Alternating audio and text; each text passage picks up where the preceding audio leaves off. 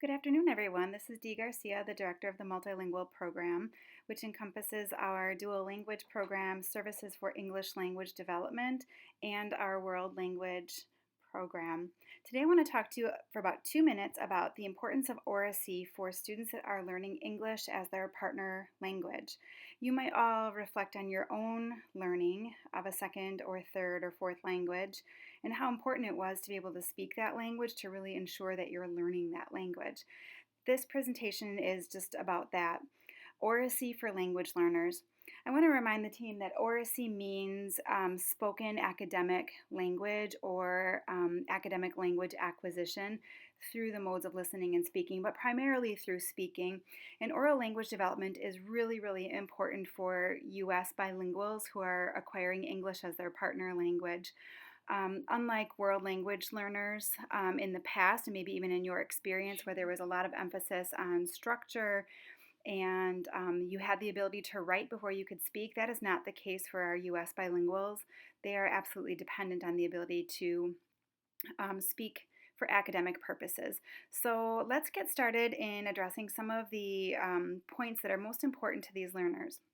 The first point is that here in the United States, teachers do the majority of talking in classrooms, and we know that the person that does the talking does the learning. It's a fact through research that nationwide English learning students spend about 90% of their day listening, and that means that there's very little time to collaborate and even less time to speak, to read, and to write. So that's something that we need to take a look at here in the school district of Waukesha, and we've done that through something called the shadowing protocol, when we're able to go into classrooms at the 4th grade, 7th grade, and 9th grade and actually shadow students and look at their experiences in the classrooms. And what we have found is that students spend about 12% of their day across the district speaking.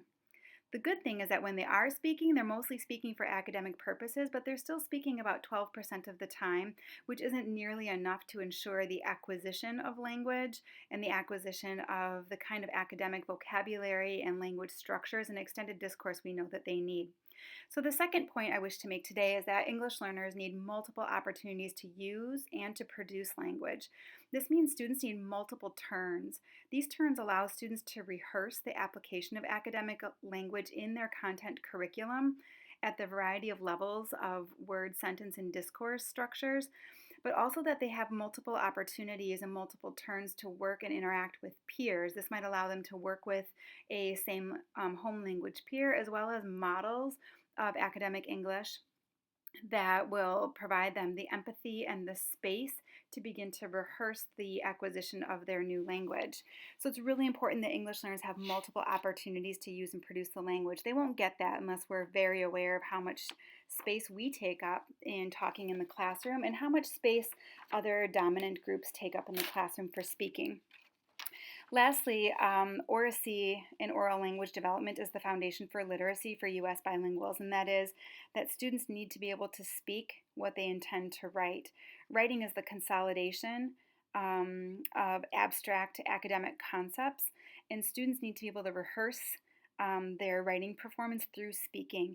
This allows them to consolidate what their thinking is, refine their thinking, refine their language before they commit to paper. We know that speaking is the rehearsal for writing, and it's commonly talked about in multilingual circles that the research is clear that English learning students cannot often write what they cannot say. There will hardly ever be a time when a student can outright his spoken language acquisition for the U.S. bilingual.